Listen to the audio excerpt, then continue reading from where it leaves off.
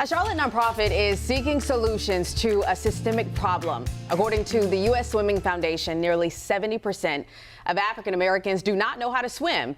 Experts point to lack of access in communities of color. Public pools were segregated, and in many cities, there were few options for African Americans. The pools they did have access to were typically run down.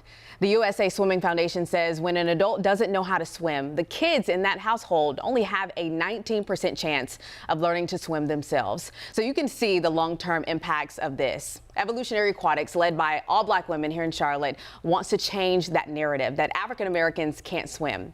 And it has become very personal to me, and I hope to show people who think they can't that they can with my experience.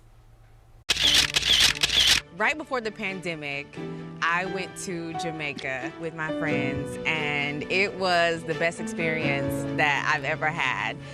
But the one thing that I took away from it was I didn't know how to swim, and at that point it was, okay, we can't go out of the country and be cute but not know how to swim.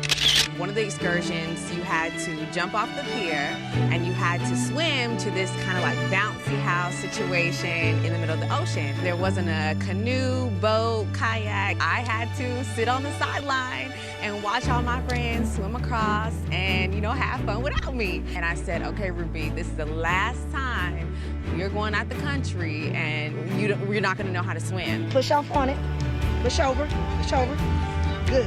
I found this swim club called Evolutionary Aquatics. She was, she was terrible. I didn't know how to breathe. I didn't know how to float. I did not want to go to the deep end. I literally looked like the meme of the woman with her hand on her knees. Like, where? What, you want me to go how far? I just wasn't about that life. When she first started, she was very apprehensive about the water. I know that a big goal was to make sure that she didn't sit on the sideline when she goes on vacation. And it was just amazing to see her confidence grow over the course of maybe about a month and a half, to really feel comfortable in water. I felt like a proud mommy. I started in April, here now in September. I am light years ahead. Especially when she jumped in 10 feet and was able to come back up. I didn't think that I would ever learn how to swim. I didn't grow up learning how to swim. I didn't mean terrible. I don't normally say that about my students, but just that she was scared. You just gotta start. You have to start somewhere and find a program that, you know, fits you, because that is a major part of it. Look at you, Rubes. Right? Evolutionary Aquatics offers free or low-cost swimming lessons. So to get more information about that or get involved, head over to our website, WCNC.com. Ben?